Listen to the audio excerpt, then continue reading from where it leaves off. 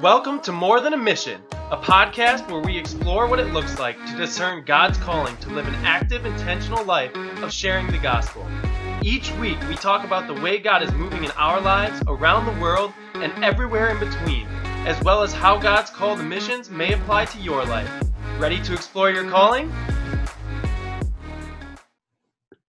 Hey, what's going on, everyone? Welcome back to another episode of More Than a Mission.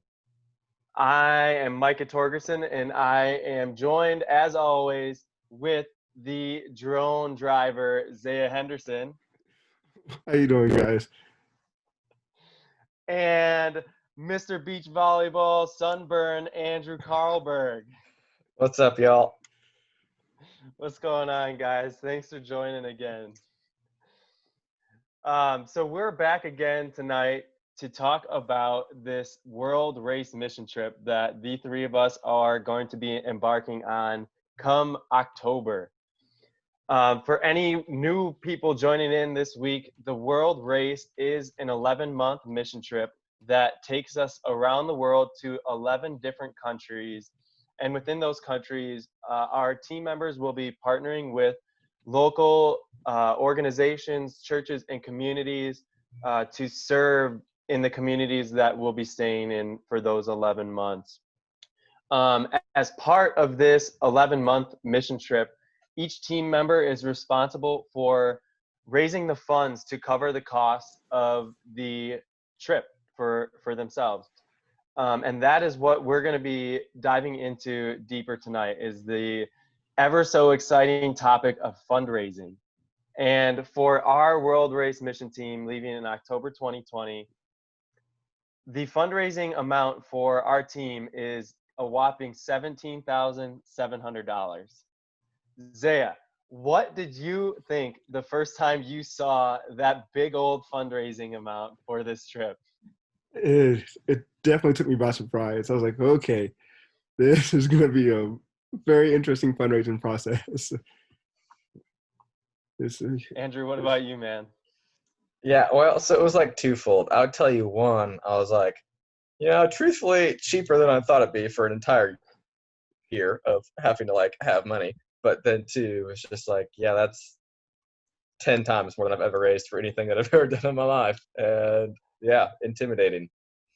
Right, dude. Intimidating is, I think, the best word to describe it. Like, I remember the first time I came across our World Race route, and truthfully, I think I was leaning towards our route because it was cheaper than a lot of the other ones leaving around the same time.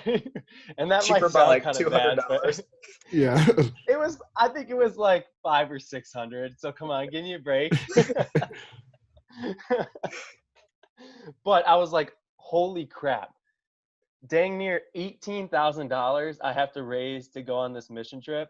It just seemed like an impossible amount, just looking at it from the start. But then, like you were saying, Andrew, when you actually take the time to break it down and think about it, $18,000 for 11 months of cost of living in 11 different countries, and that includes all of the travel to all these countries. So you got to think flights are going to be a huge chunk of that as well. So I don't know, the cost of living for maybe like $12,000-$13,000 per year. That's pretty reasonable.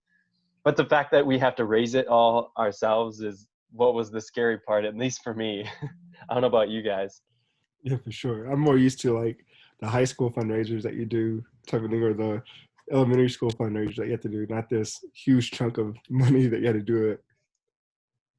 Right. And like you were saying, Zaya, my very limited experience with fundraising, one of them was going on our high school a cappella choir spring break trip to Arizona. And I think we had to sell cookie dough and popcorn or something and raise $600. So a pretty minimal amount compared to what we have to do here for the world race. Yeah, I'll say for me, it's pretty similar.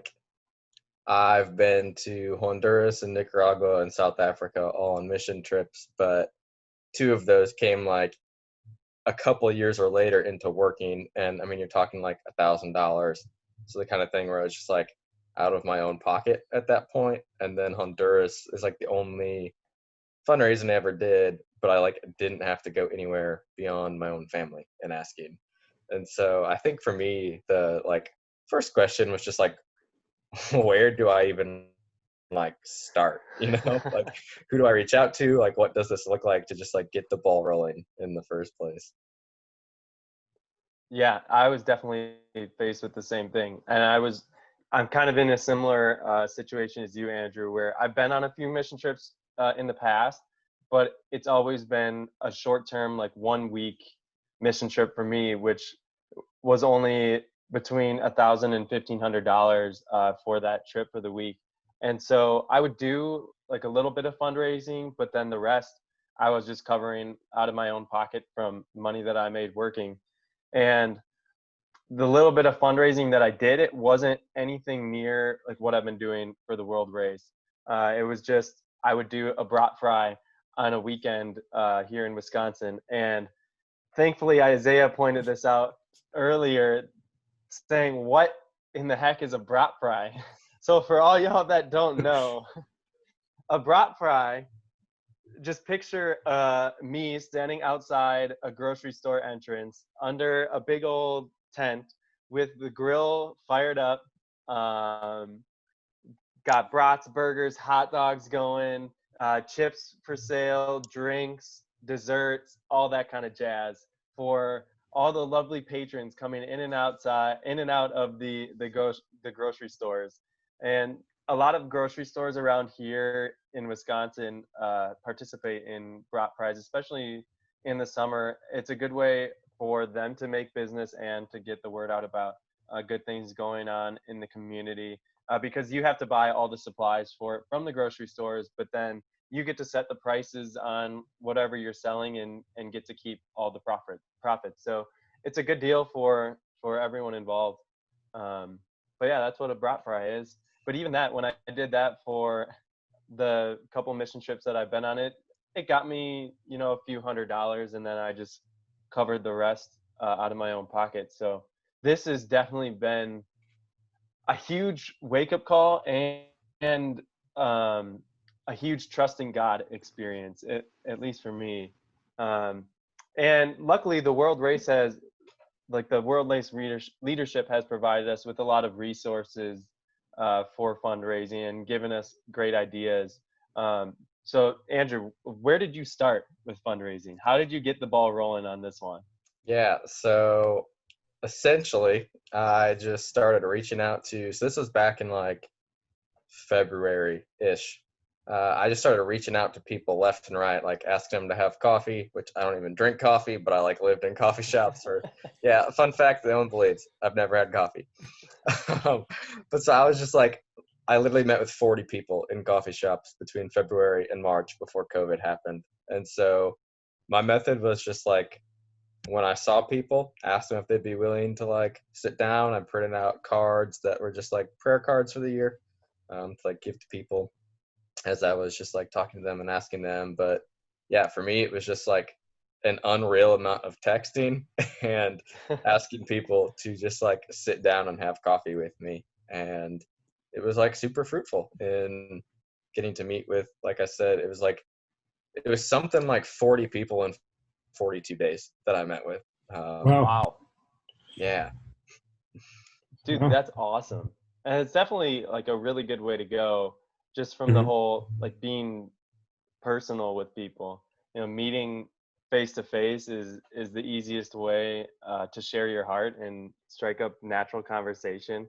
It's definitely good for you for doing that, because that is not the approach that I took.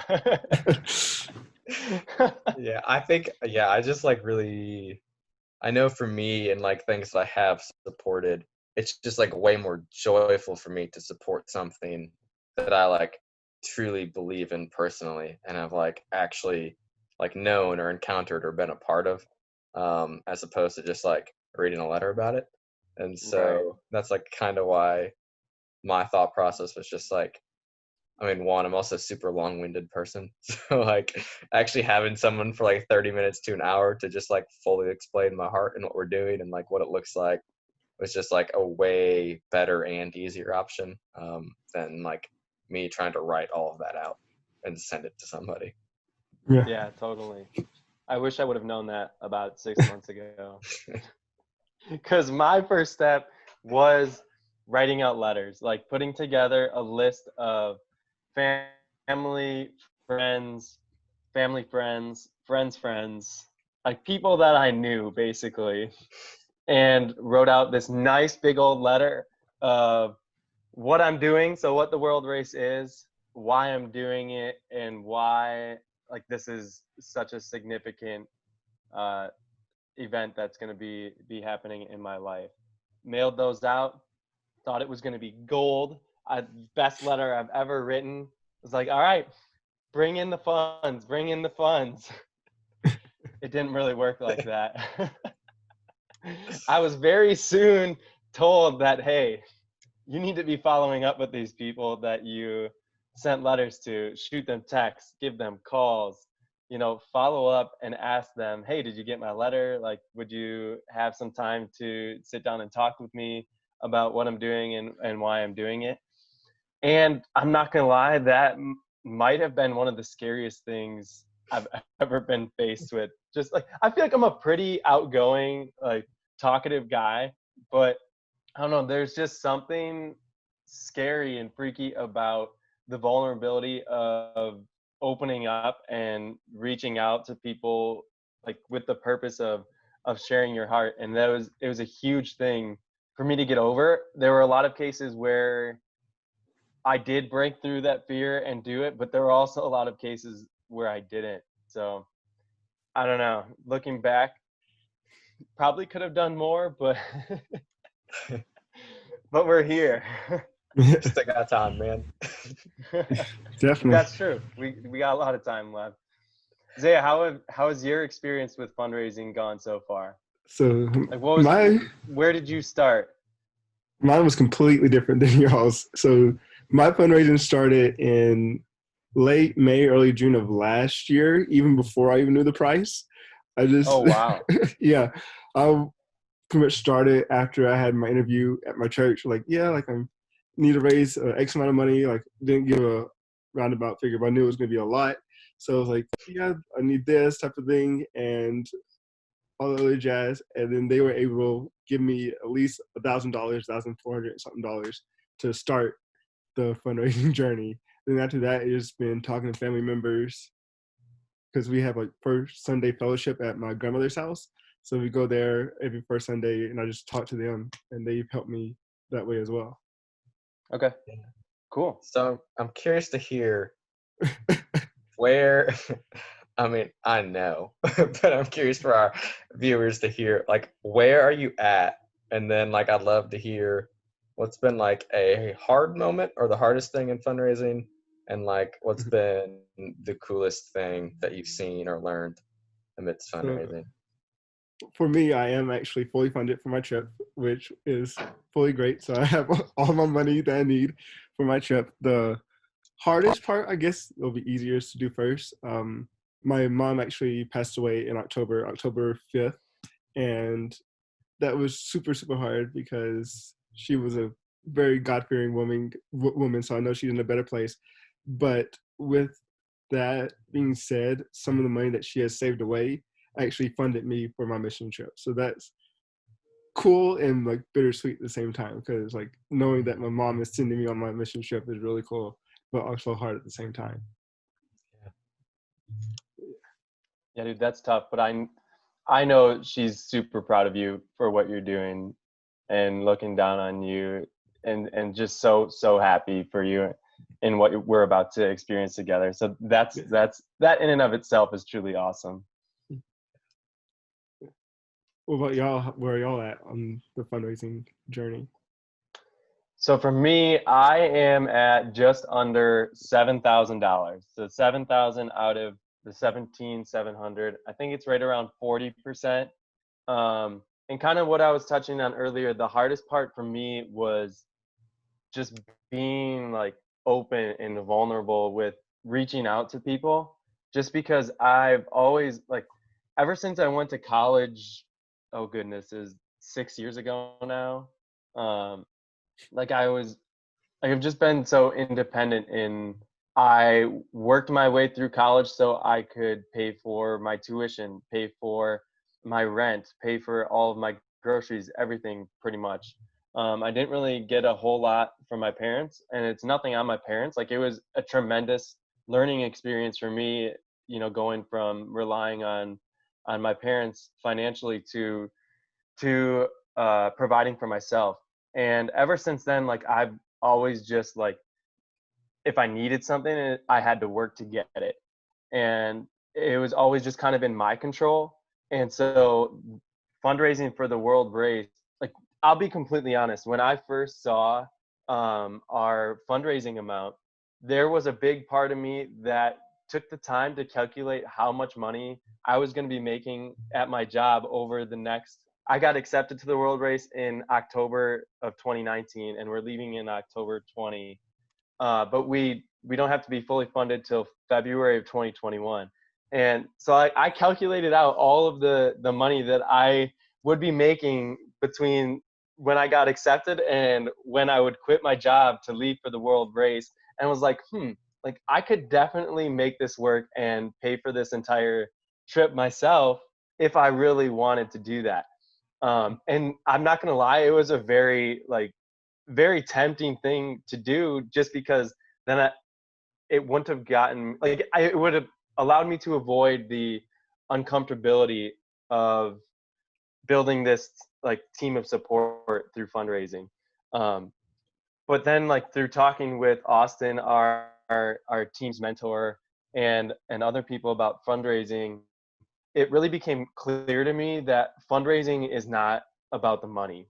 Like it is about, one, trusting God in that He will provide. Like if this is something that He's truly calling me to do, I have to trust in Him that He's going to make it happen. Like there's nothing that I can personally do myself to make this happen. It's all going to be God working in me and working through me to reach people to help me reach this goal. So I think that was the biggest thing for me, is like letting go of control myself and letting God guide me throughout this process, and like listening to what He's telling me to do, and telling me who to talk to, things like that. So that was definitely my biggest struggle. And I'll also say that was probably my biggest success too. Like you were saying before, Andrew, as much as I might have hated like opening up and reaching out to these people to talk about it, some of my like biggest donors were those people that I just said, okay, I'm gonna give them a call. I'm gonna ask them to meet up, and I'm just gonna share my heart with them. And there are a lot of cases where just giving them that call led to a completely unexpected conversation to begin with. Like we ended up talking about things that I never would have expected. And then two, just being completely blown away by the support that people wanted to give me. Um, so it was both like the best thing and the hardest thing that I've had to go through throughout this process. Yeah, I I relate to. So I think for me, I guess it's the first thing. We'll share it first. I'll explain it more at the end. And one of the cool things, I am also fully funded as of like 3 weeks ago ish now. Um, but Dang, for y'all, I'm me, slacking. there's like 4 cool things I feel like I could share. There's like a million cool things I feel like I could share. Dude, you've There's like got some great fundraising stories, I'll tell you Definitely that. do. there's like 3 or 4 that I will share. But so similar to you, Mike, I would say the hardest thing for me um, is I am very much somebody who is just like driven towards action. And so like the downside of that, so like when I look at scripture, like Peter is the person that I like see a lot of myself in, where it's just like really driven to action. Downside is like the way I have described myself is I can be like ready, shoot, aim. Like it's just like don't always like actually think things through fully. I just act quickly that can like lead to my foot being put in my mouth, and it can lead to me like trying to control things. And so I think the hardest thing for me was similarly just like trying to think of immediately, just like, how can I control this into making this happen, and like just like be done with this, rather than like actually being willing to just like step into a place of forced dependency and trust and the beauty that comes in that. And so like the first moment that I'll share that is like kind of both sides of that, of just like seeing my unwillingness to just like rest and be patient and like trust the Lord, while then like watching him show up in like abundant blessing, is there was a day in early no last day of March, um, where I had coronavirus. So I was like asleep all day. Fun time, by the He's way. a survivor. Truthfully, it wasn't that bad for me. I had a week where I slept like 12 hours a day, terrible fever. That was it. But so for me, that day, that week, yeah, I had coronavirus and was just like laying in bed all day. And I had met with two different sets of couples, like back in, they were like two of the first people that I met with back in February. One, when I met with them, was pretty crazy in itself. The day I texted them asking them to meet, they had like literally just gone through their yearly budget and felt like the Lord was calling them to international missions, and then like 15, like to give to international missions. And then like 15 minutes later, I texted them and reached out asking to meet up. So that's couple number one. Couple number two. Coincidence? I think not. Couple number two, had wanted to give the month of my birthday, which is March. The wife of that family quit her job last fall to be a stay-at-home mom. She had like gone through med school, all of that, like finally become a doctor, but the Lord calling her like out of that and into being a stay-at-home mom. So she did it. And he works in real estate, so it's like fully commission. And then COVID happened, and ain't nobody buying a house in March amidst COVID. And so I got a message from him on the 30th that was like, hey man, we still want to give. I don't think it's possible for us to give in March. Like, we just literally have had zero income in the month of March. But like, we'd love to give to you in the future. Next day, the 31st, which is the day that I'm like laying in bed sick and all that, get another message from him. He's like, hey, I sold 4 houses today. So we can like still give last day of March. And then What? that's part one. Then the first couple also reach out. And so, Wait, same day? yeah, same day. And What? so those two combined was $4,218. And so where Wow. this gets even crazier is that morning, as I'm like laying in my bed, not doing anything all day, I have been reading Isaiah 42, starting in verse 18. There's this passage that is just like calling out the Israelites for being blind and deaf and like choosing to not look for the Lord or listen to the Lord, like where he's moving now.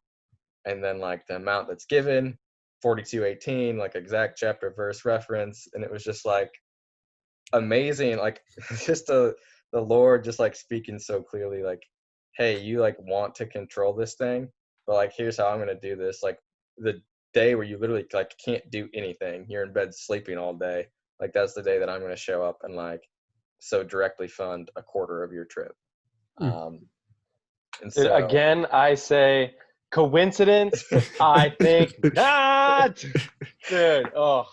yeah, so that was a super crazy awesome story. That yeah, there's just like there's no explanation for that other than like the Lord. And I had a few other just like pretty crazy stories along the way, smaller, from like smaller amounts to like I spoke at a worship night and some girl I'd never met in my entire life before came up afterwards, and I was talking to her. She was asking about the like sermon, and I had like some of those prayer cards in my notebook, and one fell out on the floor. So I was talking to her. So she picks it up, reads it, and then like the next day I get an email. It's like, who the heck is this person? And I like remember back to the night before, and like this girl had given. Um, and I had like some really cool stories of redemption, like within family, and just like tons of crazy stories in the giving. But I like where it gets even, truthfully, it's gotten to the point where like I have seen the Lord so like abundantly bless this thing. Like not only have I like been fully funded, I have like had all my gear, like vaccines, medicine covered, and still have had surplus to then like be able to give to others. And so it's just been like a crazy amount of just like how abundantly the Lord has chosen to bless this. And I think like I look back at it and I think just like one of the really super beautiful things that I've seen in it is like the fact that like the Lord never, like the fundraising goal was like never a stressor for me, and like how fast it came together. And so like the beauty that I've seen in that is like, rather than feeling like I have to focus on that, I feel like the Lord has just like freed me to be really intentional with like investing within our team and just like choosing to encourage people and lead in various different ways. And so I've just like seen the Lord's blessing in that way. I would say the other like huge blessing that I've seen in it is like far more than the money, like kind of what you touched on, Mike, like the conversations um, of sitting down with like, from like family to friends to the people that are like acquaintances, like me choosing to do this and like explaining the why has forced like so many people in my life to like have to truly make a decision on like, am I all in for Jesus or am I not? Like there's no more, like I can't just be like middle ground going through the motions on this anymore. Like I have to decide if like I agree with this or not. And I had a lot of people tell me that like they thought I was stupid for like giving up a job and comfort and salary. And I've seen a lot of those people like completely flip, and a lot of redemption in that. I've seen people be on board from the start. I've seen people who still totally aren't on board, but I've just seen like so much beauty in the like pushing that the conversations has had on other people's relationships with the Lord. And like even my parents have been like, they've been pushed into like sharing the gospel with their friends, so like trying to explain to their friends like what I'm doing. And so I've just seen like blessing on this whole preparation and fundraising thing like tenfold. Dude, that is so awesome. And I'm so glad that you started to touch on like all the other different effects that it's had in your life, like not specifically just fundraising, because that was one thing that I wanted to ask both of you guys, is that we kind of like, I don't know about you guys, but I was definitely raised in a way of like, okay, you got to go to school, like graduate high school, go to college so you can get a good job, provide for yourself. Like that was kind of just the mentality that was ingrained in my brain on how you're supposed to live. So like the thought of literally giving up everything, like everything that we have here, jobs, our living, everything, to go on this mission trip and spread the gospel around the world is such a big deal. And like, how did your friends and how did your families take it when you guys told them? Like, were they supportive? Were they very questioning about it? Ooh. Yes. Yes, great answer. Yeah, I mean, like I just kind of mentioned, I saw the whole end of the spectrum. A lot of people not understanding and just thinking that, like I said, like I was stupid for giving up the comfort and control and like everything of, yeah, like school and walking through all of that. Like, what was the point of it if after 5 years you're just like done with that? Like, I would get a lot of leading questions that were like, are you sure you still don't want to use your degree? So not people like directly coming against me, but like trying to lead me into like questioning myself kind of thing. And then I saw people supportive from the start, and I've seen people shift from one to the other. But yeah, I've seen the full end of the spectrum for sure. Yeah, like I do agree with that. Also, is definitely two-sided with it. But every time somebody asks me a question like, "Are you sure you don't want to do that?" I always just respond with like, "Why not?" type of thing. It's like responding a question with a question that normally gets them to stop type of thing, or they explain like, "Oh, but don't you think you should be doing that?" And I was like, "Well, okay. Why should I listen to you when I should be listening to somebody that's the creator of everything else?" And that normally makes them be quiet, which is not saying I'm trying to make an argument with them, but they see my point in that. I would say I definitely saw both sides of it as well, like you were saying, Andrew. And it was a little bit surprising, like to see the people that were coming from both sides, because I wasn't expecting some people to react the way that they did. Like, Yeah.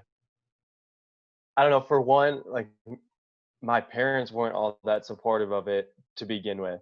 And I don't know why. I just kind of had come into it with this expectation of like, okay, if this is what I feel God's calling me to do, like my parents will just be loving and supportive of it. But it started out quite the opposite, actually. And I think it's just um, from the fact that my parents and I are such different people. And I'm very thankful for that in a lot of ways, because they bring a lot of different perspective to my life and to the decisions that I make. Um, but they're both people that had grown up and they've worked the same job that they've had since they like were out of high school or out of college. And so like they've had this consistency in their life and they've lived in like the same town since then. And I don't know, like my idea of life is just the exact opposite of that. Like the thought of being in one place for more than, I mean, I've only been at my job for a year and a half and like I'm already leaving. So if that says anything about about how I feel about that. Um, but they've warmed up to it and have actually been become to be very supportive of it.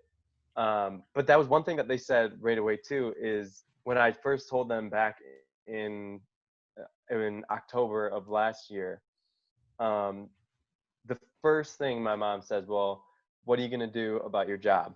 Like, I think that was one of the hardest things for her to get over, was like, why in the world would I be giving up this stable career that I have now like achieved after all this hard work, getting good grades in high school, finishing out my 4 years of college, and then getting my certification as a CPA.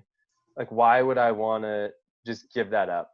Um, and it was a little bit hard to explain at times. Like, this is just like what I need to do. This is what I feel God is calling me to do. And for her, like me just trusting him in that just wasn't like a rational thought.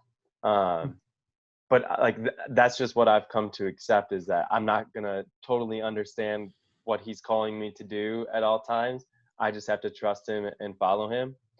Um, and so when she asked me what I was going to do about my job, I it took me by surprise a little bit, and it caused me to not really talk about the world race with a whole lot of people for about a month and a half after I found out that I was accepted. Because for one, I didn't want to start like making it public and like posting on social media, all that kind of stuff, before I had told my job, because I wanted them to find out from me. I didn't want them to find out, from someone seeing my post on Facebook or something. Um, and her, along with other people, were very like convinced on the fact that I couldn't tell my employer until like a month before I was going to leave. And to me, that just seemed like so crazy, because like, how can I not, like, I just can't keep it a secret for that long. And like I just said, I want them to find out from me. And so I ended up telling them in December of 2019. And I was actually like super surprised, hearing all these people saying, you can't tell them, they're just going to fire you. Like, why would they want to keep you on for the next 10 months when you just told them you're going to leave and you don't know if you're going to want to come back after that. But I was very pleasantly surprised by how supportive the people at my workplace were of it, and saying things like, that's so awesome, like it's amazing that you want to take the time to do that, and like your heart for helping people around the world. But not only that, like if you're having questions about what your mission and purpose is in life, and like if this is really the career for you, like we're glad that you're doing that now, like while you're young, and not 10 to 15 years down the line and regretting the last 15 years that you spent doing something that you had absolutely no passion for. So it was very pleasantly surprising to hear that kind of support from like my supervisor and career coach at my workplace. Yeah, I say just like what you mentioned, something I learned real fast is like there's no other option other than like getting over the fact that like people aren't going to understand and like laying down the need to be understood and for like people to totally agree with like what I'm doing. And that doesn't mean that I just like write people off, but it means that like my objective in like sharing with people isn't to just like convince them of what I'm doing, but to just like genuinely share with them the why. And like if they don't understand it, then like that's okay. If they want to ask questions, awesome. But like if they're gonna be against it, like my I don't answer to them ultimately, right? Like at the end of the day, I answer to one person, and Mhm. like if he's calling me to go, that means go. And Mhm. I think like the biblical example that really comes to mind is like the moment in Second Kings, the end of First Kings or beginning of Second Kings, where Elijah passes. It's the end of First Kings, where Elijah passes his mantle on to Elisha, and like Elisha doesn't just say yes. Elisha slaughters all of his oxen and burns the like plow that he had, like completely destroys everything about his old life, so that they're like there is no choice to go back. Like he has to be all in. And so like for me, then the question becomes, right, like what does it look like to like again strip myself of the control of like leaving doors open rather than just like knowing that the Lord spoke and just being like, yes, I'm all in on this thing, Lord. Like whatever it costs me, like whatever it means as far as people maybe not understanding me, like what it costs me salary wise, what it costs me like cultural wise, friends wise, like status wise, all of that. Like if your call is into this, like my answer is yes. And it's not like half heartedly, like my answer is fully yes, to the point of Elisha, like literally burning everything that he had and going forward. Which is Yeah. crazy in itself to some random dude who he had never met before who's just like, follow me. And Elisha's like, yep, I'm gonna get rid of all this and just follow you. But yeah. That's crazy. I don't know how it was with y'all, but at least for me, it was more of like the Christians that were apprehensive about you going on the trip than like the non-believers. Like Yep. every non-believer that I told, they're like, "Oh, that's cool. Like, go for it." Da da da da. Then Christians were like, "Are you sure?" Well, I don't know how it was for y'all, but that's how it was for at least me. Yeah. It made me wrestle a lot, honestly, Mm, with like where I at the end of the day, like I can't know people's hearts, but it really made me mm, wrestle with like if that is your response, like what does your relationship with the Lord like look like? If you can be so against my answer being that like the Lord called me to this, so I'm gonna go. mm. Yeah, it was just I think crazy to. that was something that I wrestled with early on in the fundraising process too, is because so I come from a very conservative background. I am a member at a church in the Wisconsin Evangelical Lutheran Synod here in Wisconsin, and like I would say we're known to be a very conservative church denomination. Like the church that I grew up in as a kid is pastors in robes, people sitting in pews singing hymns out of the hymnal with an organ playing in the background. Like no one's clapping, no one's dancing, no one's got their hands up, like you see in all the Hillsong and Bethel videos nowadays. So that was one thing that I really wrestled with at the beginning of all this, because the World Race is an interdenominational organization, meaning that they're accepting of all denominations. But I just had this like guilt almost in that I'm now going to be asking all of these like old family friends, people that are from my church denomination, to support me in doing something that is not affiliated with our church denomination. And I just remember that weighing on me so heavily. And then I went in and talked to the pastor at my church and had a conversation with him about this. And how he responded to me questioning that was just like the absolute perfect response, and I was so thankful for it. He put it along the lines of, if you're gonna ask these people, these Christians, to support you in spreading the love of Jesus around the world, and their answer is no because of all these minor differences that we have in our church denominations, like, it was more of like an inward reflection, like, how does that make us feel as Christians, if that makes sense? Yeah. And so like that was something that I wrestled with super hard. But then after I had that discussion with him, it just became so clear that like God sees past the differences that we all have, and like is just concerned about us living like Christ did here on earth and loving one another. Yeah, that's true.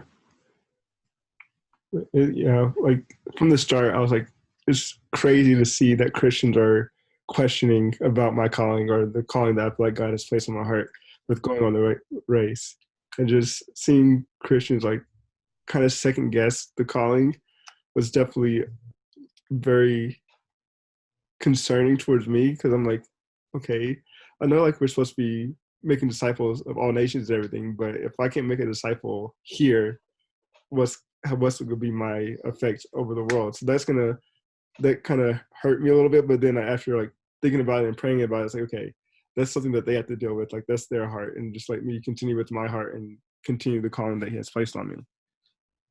Yeah, I feel that too, Zaya. And my pastor touched on that as well when I talked with him, and kind of just put it this way. Like, God tells us that we're all parts of his bigger church body, like his family. We all have different roles and different talents and gifts to use. And so not all of us are like, the three of us, where we want to be the hands and feet and go out into all the nations and spread the love that God has. But there's so many other ways to do that and support that kind of mission than actually physically going yourself, which is, for example, anyone that has supported us along this journey in our fundraising. Like, they may not directly be the ones going out and doing this mission work, but they're making it happen. Yeah, I would say there are a few conversations that I ended up having like with people along this idea of just like Jesus confessing believers like not agreeing with going, and like what I found, at least in my experience within those few conversations, is that like the root was almost always like a guilt, shame, or fear. And it typically was along the lines of like feeling like maybe their calling is like a lesser than an international missions, which is just like so false. Like you said, Micah, like it is very clear, like international missions is not the call in everyone's life. But as believers, like it is very clear that like the call on our life, the Great Commission, right? Not the Great Suggestion, is to be missional, like to live in a way that is missional. That is a command, not a suggestion. And so like to be missional, to like truly love people, means to like you are going to have to inconvenience yourself. And so I think what I came across a lot in the few handful of conversations I had was either like trying to root out a shame of feeling like one calling is higher than the other, which is just like a complete lie of comparison from the enemy. But then like two, of this like fear of, or like a shame, but more of like a fear to like step into a lifestyle that's not just like totally controlled and like comfortable. And like that doesn't, like what I said, like that doesn't mean you have to get up and move your family. Like, but like what does it look like to just like simply live a life where daily like you're seeking to love in a way that like probably means you're going to inconvenience yourself. Like plans will change, like you might lose some friends and relationships, like you might be weird and awkward, but like we are called to live in a way that's missional. And so like that is the like root of conversation that I found myself at in all of those conversations, was just like what our call is as believers. Like that looks different for everybody, but it is also the same, and that we are called to live in a way that is missional. Yeah, dude, I love that. And we need those people that are supporting our churches here locally in our communities. We need people that are doing the outreach here in our local communities and running the mission-oriented nonprofit organizations here in the States. And I think that's what I love so much about your one fundraising story, Andrew, where you had texted the couple like 20 minutes after they had discussed like what they felt God was calling them to support this year. And like the fact that they took the time to like go to God in prayer and ask him, hey God, like what mission do you want me, what mission of yours do you want me to support this year? And I just think that that's so cool. Yeah, for sure. Yes. All right, last question for you guys before we wrap up here. For any people that are thinking about doing the world race, or people still fundraising for the world race, or people that don't even know what the world race is right now, but they're going to hear this at some point in time and are madly intimidated by that big old fundraising number that you have to raise to do the world race. What is the number one piece of advice that each of you would give to someone? Zaya, you go first. This is probably cliche or everything, but I would definitely say don't worry about it. Because if something that God has called you to it, he's definitely gonna get you through it. And it might seem hard at first, but the money will get there. It just depends on when, but the money will get there. Amen. Yeah, I will direct mine more towards the like, I'll let that be the answer for the fundraising side. I'll direct mine more towards the like, don't know what world race is, or like looking into it kind of thing. Like, if you feel called to go, go. Like the answer is like that simple of yes. Like we are told in scripture, right? Like the harvest is plentiful, but the laborers are few. Like there will never be a perfect time to go. Like you can sit and you can wait forever. I think for me, something I even had to wrestle with in going was like feeling almost a shame over like saying no to a calling for years. But like there's grace for any like resistance you've put towards going, and like if the Lord is calling you, yeah, I would simply say go and live a life that is risky and watch how the Lord shows up, because like at the end of the day, like I said, like there will never be perfect circumstances to line up. You can always have an excuse for why now is like not the time to go.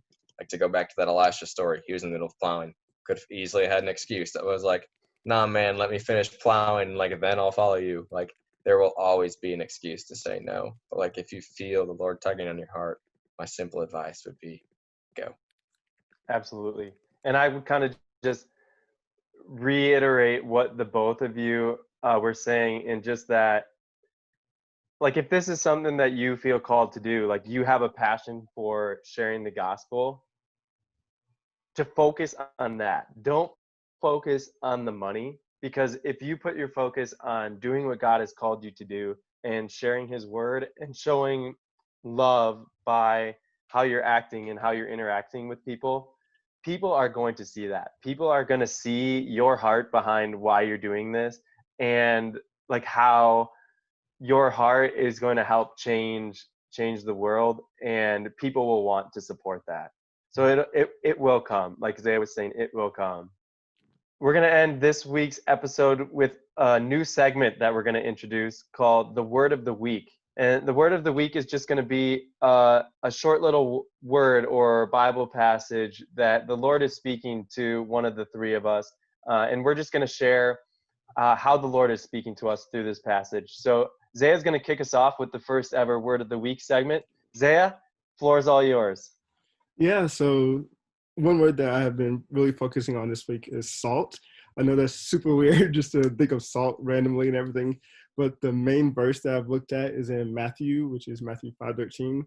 which says that you are the salt of the earth, but if salt loses its saltiness, how can it be made salty again? And for me, or how I interpret that, is saying how Christians, like, our words are supposed to make people uncomfortable. It's not supposed to leave a sweet taste in people's mouth. Like, at that point, like, if it loses saltiness, you're pretty much becoming sugar. And sugar is definitely not fulfilling the kingdom of what God has prepared you to do. So yeah. Yes, dude, that's so good. Kicking off the Word of the Week segment with a bang, dude. I love that. Thank you so much for sharing that, Zaya. Yeah, you're welcome. All right, y'all, that's going to wrap it up for us this week on the More Than a Mission podcast. Thank you all for joining us again. We'll see you next time.